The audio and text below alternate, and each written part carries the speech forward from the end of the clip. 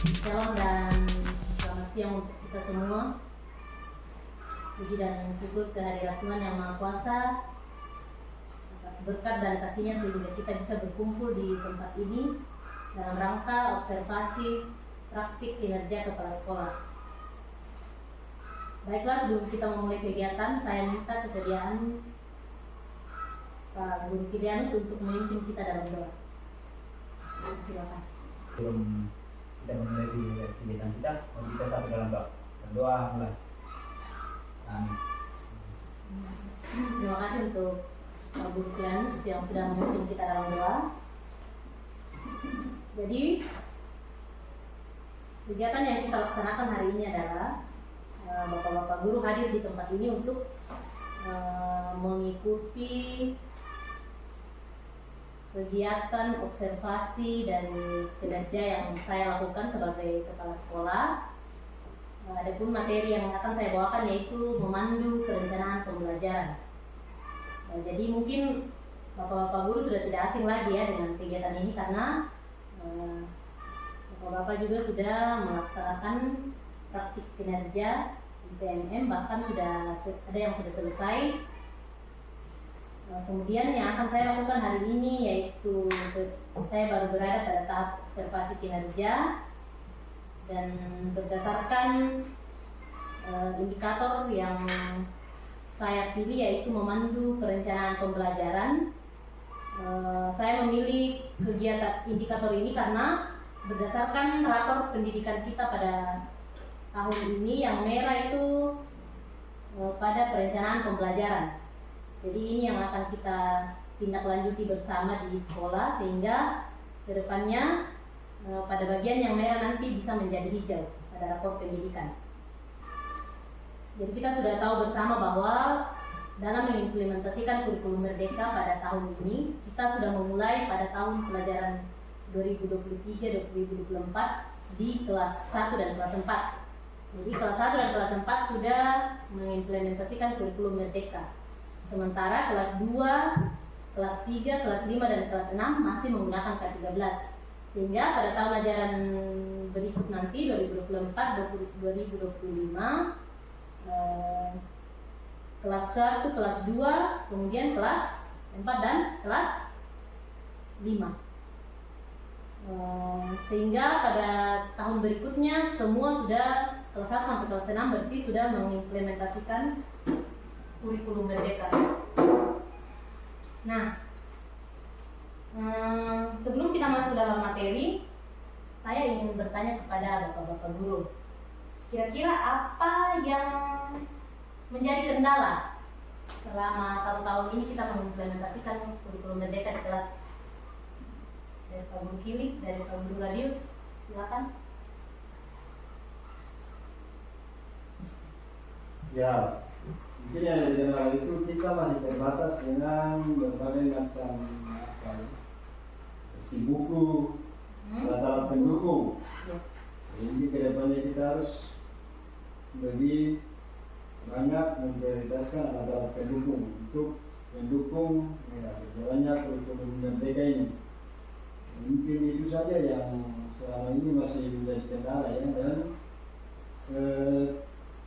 saya rasa kalau yang lainnya itu mungkin seperti pelatihan-pelatihan untuk membuat apa seperti rapor ya,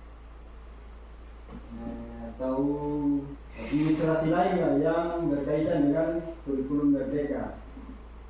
Nah itu sangat penting juga ya untuk mendukung proses pembelajaran. Jadi itu yang mungkin perlu diperbaiki ke depannya. Karena itu masih jadi kendala kita saat ini. Ya, baik, terima kasih. Baik, terima kasih. Dari Pak Guru Kili bagaimana? Ada kendala yang dihadapi selama 1 tahun ini? Kalau dari saya mungkin saya masih kurang memahami betul kurikulum kurikulum Merdeka. Oleh karena itu mungkin sedikit ada hubungan timbal balik lah antara mungkin kita sekolah dengan guru mengenai kurikulum itu sendiri. Masih ada? Mungkin itu saja. Oke, baik, terima kasih dari Pak Guru Kiri dan Pak Guru Radius yang sudah menyampaikan kendala yang dihadapi selama 1 tahun kita, hampir 1 tahun kita mengimplementasikan kurikulum merdeka di sekolah ya. Nanti akan kita bahas bersama pada bagian akhir pertemuan kita hari ini. Akan kita diskusikan secara sederhana dan kira-kira apa yang akan kita lakukan ke depan supaya kendala-kendala ini dapat kita selesaikan bersama, sehingga pengimplementasian kurikulum merdeka di sekolah dapat berjalan dengan maksimal. Oke, baik. Selanjutnya kita masuk pada materi inti kita hari ini, yaitu pada hari ini saya akan mencoba memandu Bapak Ibu Guru untuk merencanakan pembelajaran. Nah, coba kita perhatikan slide yang ada di depan. Ini adalah peta konten untuk memahami dan mengimplementasikan kurikulum merdeka di sekolah. Jadi yang pertama adalah kita harus memahami garis besar kurikulum merdeka. Langkah ini mungkin saya yakin kita sudah banyak belajar di PMM ya, pada platform Merdeka Mengajar, tentang apa itu kurikulum merdeka. Kita sudah belajar secara mandiri, bahkan mungkin sudah ada yang sampai pada aksi nyata. Kemudian yang kedua yaitu memahami pembelajaran dan asesmen. Yang ketiga, pengembangan kurikulum operasional satuan pendidikan dalam kurikulum merdeka. Yang keempat yaitu memahami pengembangan proyek penguatan profil Pancasila, profil pelajar Pancasila. Nah, kita sekarang ada di langkah yang kedua, yaitu kita akan memahami pembelajaran dan asesmen. Nah, sebagai informasi bahwa pada saat kita memilih kurikulum merdeka, kita ada pada tahap belajar untuk mengimplementasikan kurikulum merdeka.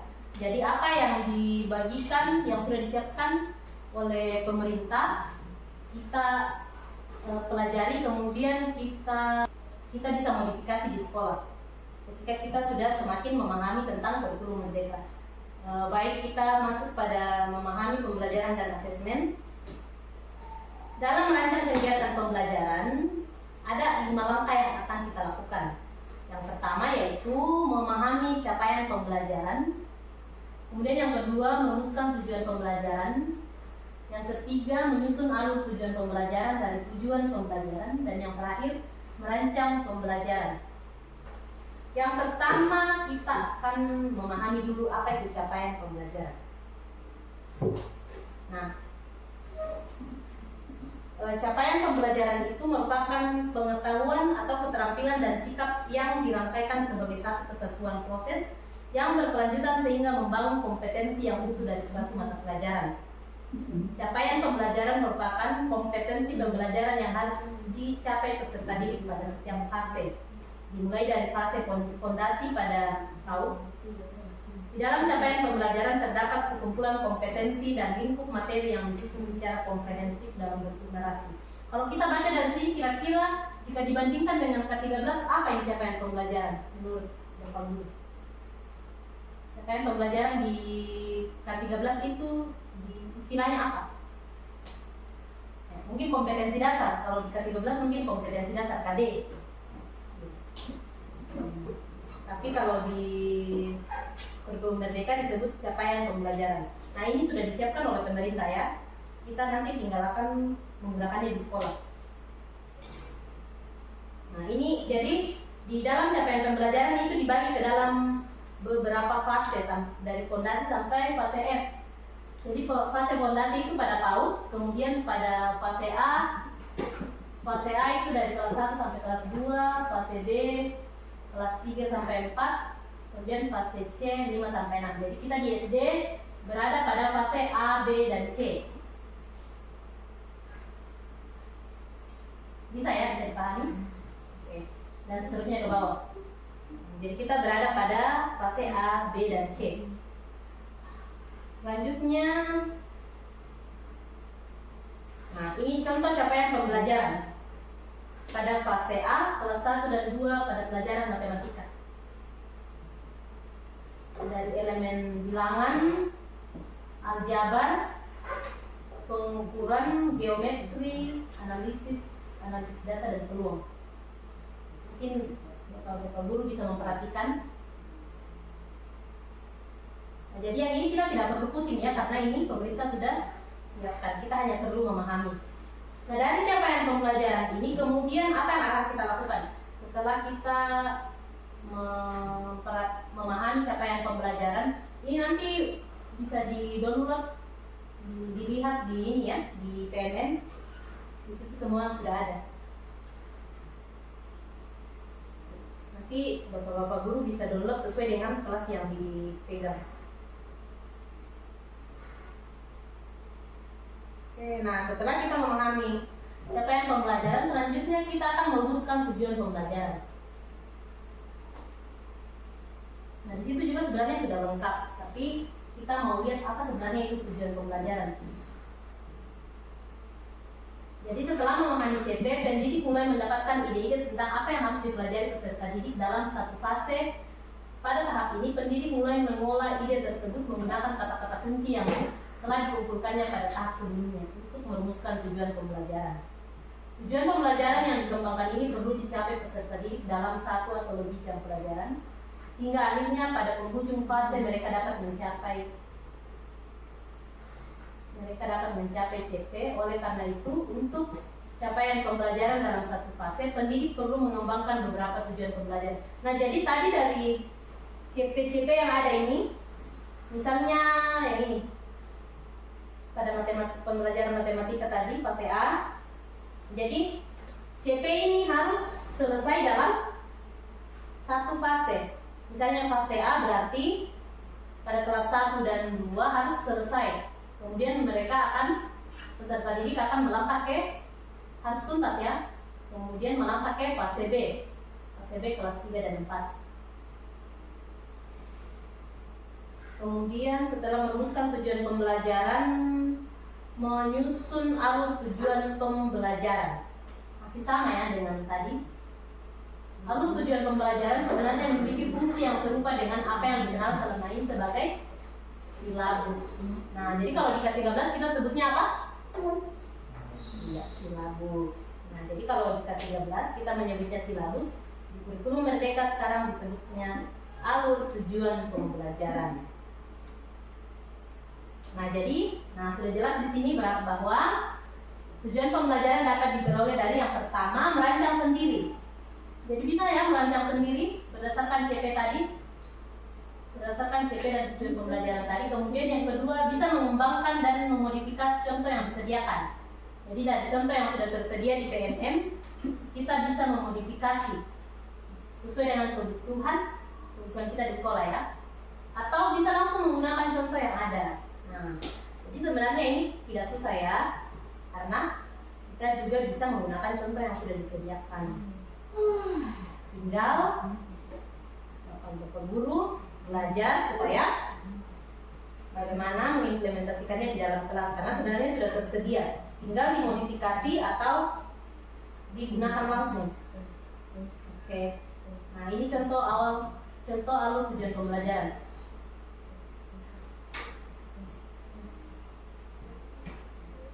Tujuan pembelajaran, jadi dimulai dari tujuan pembelajaran pertama, kemudian ke tujuan pembelajaran 2 sampai selesai di akhir, misalnya di akhir fase A.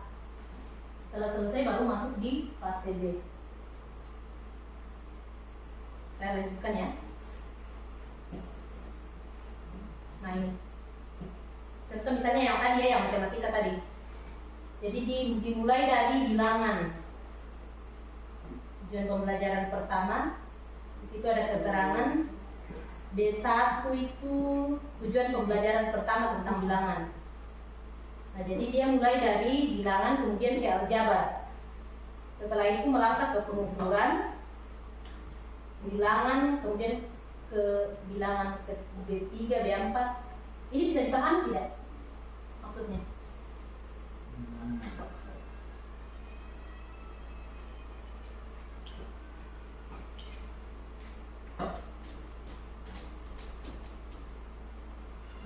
Oke, untuk lebih jelas kita lihat ya contohnya di ini. Nah, jelas ya. Ya. Tadi kan di situ bilangan. Pertama di awal fase itu bilangan. Nah, jadi alur tujuan pembelajarannya itu yang ini. Ini.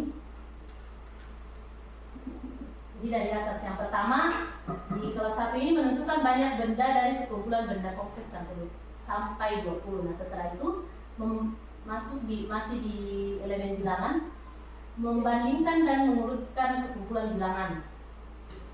Setelah itu masuk di aljabar, membandingkan dua bilangan dengan simbol,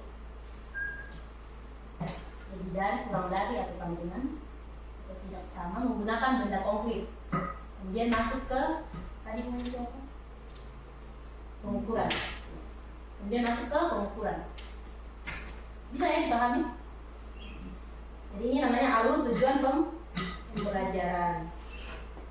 Atau kalau di K13 kemarin disebut silabus. Nah, jadi di alur tujuan pembelajaran itu ada capaian pembelajaran. Tadi sudah ya capaian pembelajaran. Kemudian materinya apa, terus tujuan pembelajarannya apa. Ini yang tujuan pembelajaran tadi yang langkah keberapa tadi? Kedua ya.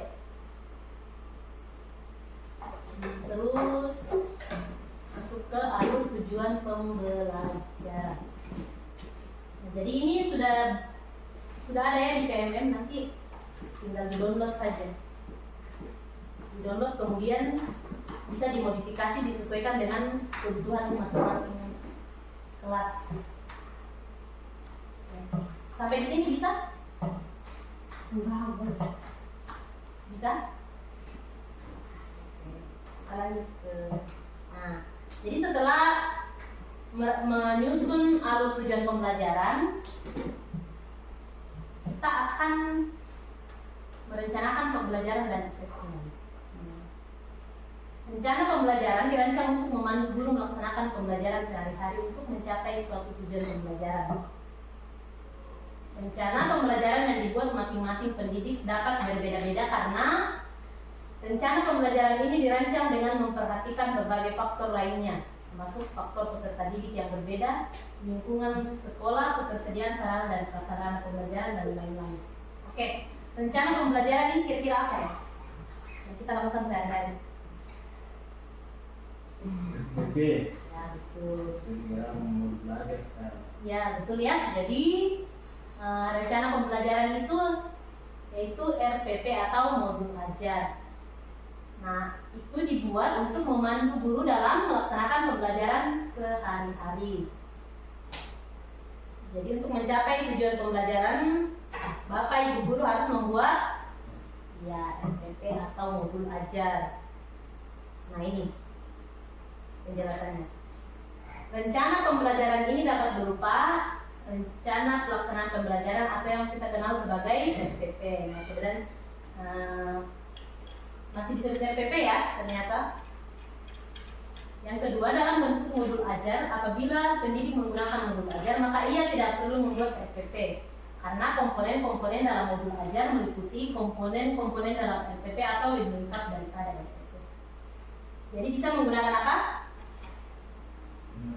RPP atau ya, jadi bisa salah satunya ya.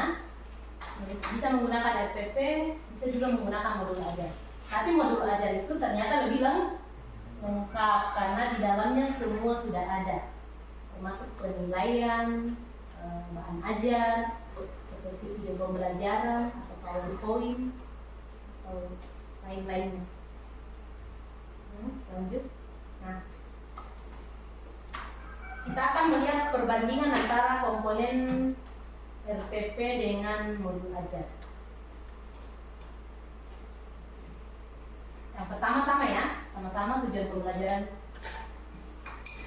Tujuan pembelajaran salah satu dari tujuan dalam alur tujuan pembelajaran.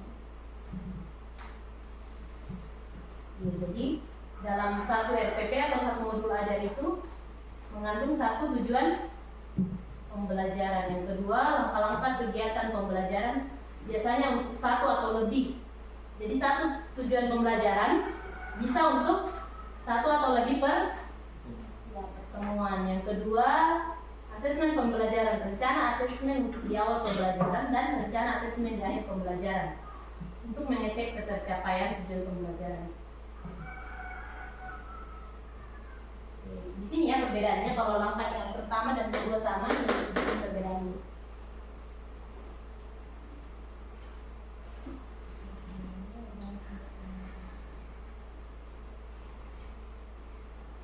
Oke, jadi perbedaannya di mana? Pada? Kalau kita lihat pada asesmen, perbedaannya pada?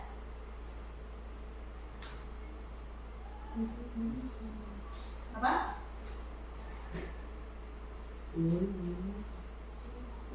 Ini ya? Iya, pada instrumen. Jadi kalau pada RPP tidak ada instrumen.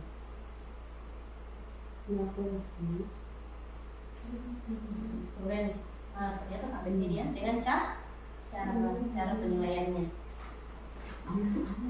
Sama-sama ya, ada asesmen di awal dan di akhir, tapi bedanya adalah pada instrumen dan cara penilaiannya. Kalau di dalam modul ajar sudah lengkap. Kemudian di dalam modul ajar juga ada media pembelajaran, seperti lembar kegiatan, video atau tautan situs web yang dipelajari tadi. Nah, jadi ini perbedaan antara RPP dan modul ajar. Paham ya sampai sini? Oke. Selanjutnya komponen modul ajar versi lengkap. Nah, ini adalah komponen yang terkandung dalam modul ajar yang lengkap. Informasi umum, komponen inti, dan lampiran. Jadi modul ajar lengkap ya, karena pada lampiran ada lembar kerja, ada pengayaan dan remedial, bahan bacaan untuk pendidik dan peserta didik. Nah, kemudian pada keterangannya di bawah, pendidik memiliki keleluasaan untuk memilih dan memodifikasi contoh-contoh modul ajar yang tersedia atau mengembangkan modul ajar sendiri sesuai dengan konteks, kebutuhan, dan karakteristik peserta didik. Jadi kira-kira menurut Bapak Ibu Guru, susah atau gampang membuat modul ajar?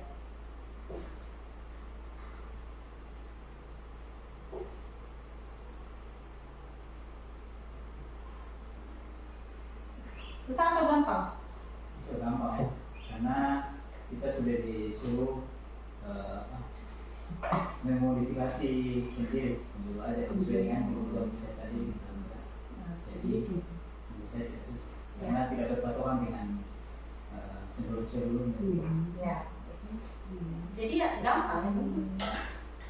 Kayaknya gampang karena yang ada kita bisa modifikasi kembali, kemudian kita sesuaikan dengan kebutuhan kita di kelas. Jadi tidak harus sama ya dengan yang diberikan oleh pemerintah. Oke, lanjut ya. Nah, di dalam RPP atau modul ajar kita akan melaksanakan asesmen. Tadi sudah ya, pada tabel perbandingan itu ada asesmen awal dengan asesmen di akhir. Nah, jadi di dalam RPP dan modul ajar harus tertuang asesmen atau apa? Penilaian. Nah, penilaian atau asesmen itu ada dua, asesmen formatif dan asesmen sumatif. Nah, asesmen formatif itu bertujuan untuk memberikan informasi atau umpan balik bagi pendidik dan peserta didik untuk memperbaiki proses belajar. Kalau asesmen sumatif, yaitu asesmen yang dilakukan untuk memastikan ketercapaian keseluruhan tujuan pembelajaran. Asesmen ini dilakukan pada akhir proses pembelajaran atau dapat juga dilakukan sekaligus untuk dua atau lebih tujuan pembelajaran. Oke, dan seterusnya ke bawah. Nah, kalau dilihat dari penjelasan ini, asesmen formatif dan sumatif, kira-kira apa contohnya asesmen formatif? Dan apa contohnya asesmen sumatif yang biasa kita lakukan di kelas? Formatif itu asesmen dilakukan di awal pembelajaran ya. Terus? Di awal ya, di awal pembelajaran. Iya, di awal artinya itu untuk mengetahui kemampuan siswa terhadap materi yang akan diajarkan atau sudah tahu atau belum. Dia asesmen formatif ya. Kalau yang sumatif itu di setiap biasa dilakukan setiap akhir bab atau akhir pembelajaran. Oke. Nah, kemudian Seperti dalam semester, ada di UTS ya. tes semester atau akhir bab ini. Akhir bab dari setiap pembelajaran. Oke ya. Dari Pak Guru ini sama. Ya, jadi benar ya, asesmen formatif ini biasanya dilakukan di awal pembelajaran. Tapi sebenarnya bukan hanya di awal ya, tapi selama proses pembelajaran bisa dilakukan di awal, kemudian bisa juga dilakukan pada akhir pembelajaran dalam satu hari itu. Misalnya pagi ini kita masuk, kita bisa melakukan penilaian pada saat baru masuk, kemudian nanti pada saat sementara belajar dan saat sudah mau selesai. Itu yang disebut asesmen formatif. Nah, jadi ini tujuannya untuk memperbaiki proses pembelajaran. Kalau sumatif ini ya tadi sudah benarnya biasanya dilakukan pada akhir bab, pada saat melakukan ulangan tengah semester atau ulangan akhir semester. Ya, jadi asesmen sumatif ini menjadi penilaian akhir semester ya tadi sudah benar di akhir tahun ajaran atau jenjang akhir. Akhir jenjang ini seperti kelas 6 ya. Itu perbedaan antara asesmen formatif dan sumatif. Oke, materi kita selesai. Saya memberikan kesempatan kepada Bapak Ibu Guru untuk memberikan pertanyaan atau masukan yang akan kita bahas secara bersama-sama. Jadi tadi saya lupa memberitahu ya bahwa kita punya waktu sekitar 45 menit. Ya baik Bapak Ibu, materi kita sudah selesai. Kita masuk dalam sesi tanya jawab. Saya berikan kesempatan kepada Bapak Ibu Guru untuk memberikan pertanyaan jika ada. Sekaligus kita akan pada akhir sesi nanti kita akan membahas tentang kendala-kendala tadi ya yang dihadapi. Silakan dari Pak Guru Trianus, ada yang ingin ditanyakan? Dari saya satu pertanyaan tentang proses pembelajaran yang di slide.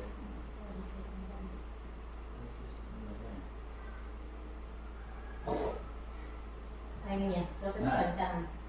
Di situ yang proses perencanaan kegiatan pembelajaran K2 dengan K3 dan ada merumuskan dengan menyusun. Apakah itu beda atau sama? Merumuskan tujuan pembelajaran dengan menyusun tujuan pembelajaran. Nah, menyusun dan merumuskan. Apa itu sama atau tidak? Mungkin itu saja dari saya. Ya, baik. Saya tampung ya pertanyaannya. Pertanyaan yang kedua mungkin dari Pak Guru Radius. Baik, saya akan bertanya tentang ini potensial kinerja ini. Nah, sementara kita lakukan sekarang ini di dalam PMM. Nah, apakah penyisian kinerja ini masih akan dilanjutkan di tahun berikutnya atau ke depannya? Itu saja yang saya tanyakan. Oke, baik. Terima kasih atas pertanyaannya. Saya akan mulai dari pertanyaan yang pertama tadi ya, tentang merumuskan tujuan pembelajaran dengan menyusun alur tujuan pembelajaran. Nah, ini sebenarnya tidak berbeda ya. Ini sama-sama tujuan pembelajaran. Kita akan lihat pada contohnya tadi. Jadi ini sebenarnya ini sama ya, cuma pada alur tujuan pembelajaran kita membuat alurnya. Kita mulai dari berjalan dari mana? Kita memulai perjalanan dari mana sampai di akhir. Jadi itu yang disebut dengan alur. Jadi sebenarnya sama, tapi yang pertama kita harus menentukan tujuannya dulu. Setelah kita sudah mengetahui tujuan-tujuan pembelajaran yang ingin dicapai, baru kita membuat alurnya. Alurnya kita mulai dari mana, kemana sampai ke selesai pada satu fase itu. Misalnya pada fase A. Bagaimana? Berarti merumuskan dulu baru nanti menyusun. Ya, jadi kita rumuskan terlebih dahulu apa tujuannya, kemudian kita susun dari yang pertama sampai yang terakhir sesuai dengan kebutuhan di kelas. Oke, kemudian jelas ya? Oke, kita lanjut ke pertanyaan yang kedua, yaitu radius ya tentang kinerja yang sementara kita lakukan sekarang, apakah akan dilanjutkan? Ya, tentu saja akan kita lanjutkan ya. Jadi setelah ini sudah dinilai, nanti nilai akhirnya akan keluar. Kemudian di situ saya perhatikan di tahapan selanjutnya saya akan mengirimkan, kepala sekolah akan mengirimkan nilai ke dinas. Nah, setelah itu selesai diakumulasi nilai akhirnya, nanti pada bulan Juli mendatang kita akan melakukan kembali perencanaan. Jadi bulan Juli melakukan perencanaan, selanjutnya langkah-langkahnya masih sama dengan yang sudah kita lakukan. Melakukan perencanaan observasi, kemudian observasi, tindak lanjut, mengisi dokumen tindak lanjut sampai pada refleksi. Kemudian dengan dokumen-dokumen pendukung lainnya ya untuk kompetensi, seperti mengikuti pelatihan dan lain-lain, serta kegiatan tambahan, menyiapkan laporan kegiatan tambahan. Jadi masih sama. Semester ini kita lakukan, tapi semester yang baru nanti masih akan sama. Pada lini masanya di situ nanti pada bulan Juli akan kembali merencanakan. Jadi bagaimana? Paham? Ya. Oke, ya. Nah, apa masih ada pertanyaan? Oke, cukup ya. Berarti tadi kita kembali pada bagian awal tadi mengenai apa kendala yang dihadapi dalam mengimplementasikan kurikulum merdeka di kelas. Tadi dari Pak Guru Radius yang pertama itu mengenai ketersediaan buku dan alat-alat pendukung, serta bagaimana membuat rapor dengan membuat administrasi lainnya. Yang pertama tadi tentang buku ya. Kalau berkaitan dengan buku, saya pikir memang itu sangat perlu, terutama untuk mendukung gerakan literasi di sekolah. Jadi penyediaan buku sangat penting, sehingga untuk tahun pelajaran yang baru kita akan merencanakan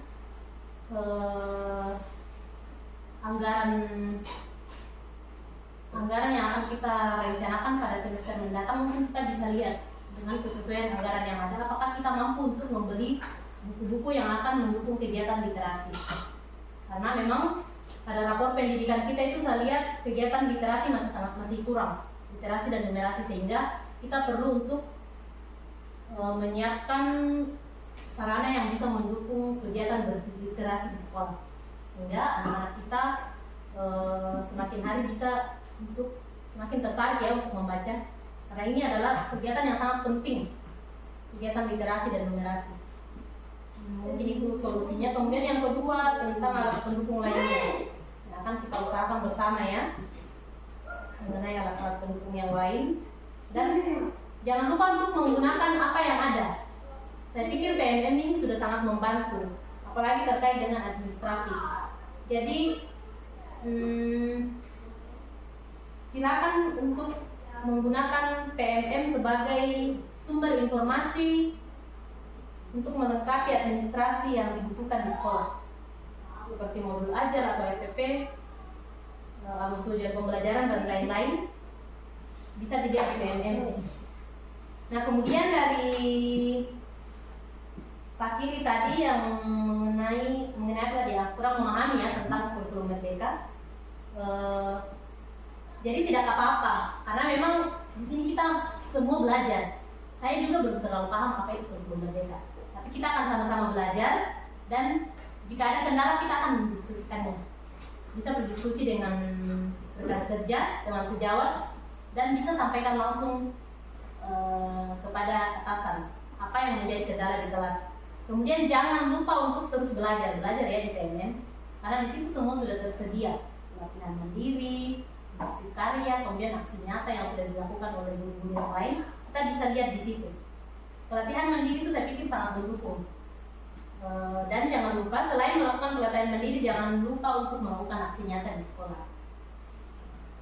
Jadi dari aksi nyata ini nanti Bapak Ibu guru akan mendapatkan sertifikat. Jadi sertifikat itu bisa nanti diupload lagi di PMM, di kinerja. Dan dari melaksanakan aksi nyata itu saya pikir kita semakin memahami apa yang sudah kita pelajari jika kita melakukan aksi nyata. Oke, sampai di situ. Kesimpulannya hari ini adalah dalam merencanakan pembelajaran kita harus mengikuti alur ini ya, dari 1 sampai bukan 4 tapi 5. Tapi Bapak Ibu guru tidak usah menjadikan ini beban, melainkan ini akan menjadi kesempatan untuk belajar hal yang baru ya. Dan saya harap bahwa semester depan kita bisa mengimplementasikannya di kelas masing-masing dengan maksimal. Karena kita sudah belajar, kita sudah perlahan memahami apa itu kurikulum merdeka, bagaimana kita mengimplementasikannya, langkah-langkahnya mulai dari awal sampai akhir. Dan jangan lupa untuk terus berkomunikasi dengan rekan kerja, dengan atasan. Dan dalam waktu-waktu tertentu dalam forum diskusi kita akan mengadakan forum diskusi untuk mengecek sejauh mana kesiapan kita dan sejauh mana apa yang sudah kita capai selama mengimplementasikan kurikulum merdeka di kelas. Sejauh mana kebutuhan peserta didik sudah terpenuhi dan kira-kira apakah kita sudah benar-benar melakukan pembelajaran yang benar-benar sesuai dengan kebutuhan peserta didik kita. Oke, itu kesimpulan untuk kegiatan kita hari ini. Apa masih ada yang ingin disampaikan dari Bapak Ibu guru? Cukup ya? Sekian kegiatan kita hari ini. Untuk saya mengucapkan banyak-banyak terima kasih telah meluangkan waktu untuk hadir bersama-sama dalam rangka kegiatan observasi yang saya lakukan sebagai kepala sekolah mengenai kegiatan memandu perencanaan pembelajaran. Semoga apa yang kita pelajari bersama hari ini dari diskusi sharing yang kita lakukan dapat kita laksanakan dengan baik di dalam kelas, di dalam satuan pendidikan kita untuk kemajuan pendidikan bagi peserta didik, kemajuan satuan pendidikan kita. Apa yang kita kerjakan di kinerja ini benar-benar bermanfaat ya bagi kita semua, dan semester depan kita akan melakukan perbaikan. Mungkin kalau semester ini kita masih belajar, mudah-mudahan praktik kinerja yang kita lakukan di semester mendatang semakin baik dan semakin maksimal. Sekian dan terima kasih untuk menutup kegiatan kita hari ini. Saya silakan Rajus untuk memimpin kita dalam doa. Baik, untuk menutup kegiatan kita hari ini, kita berdoa. Doa mulai.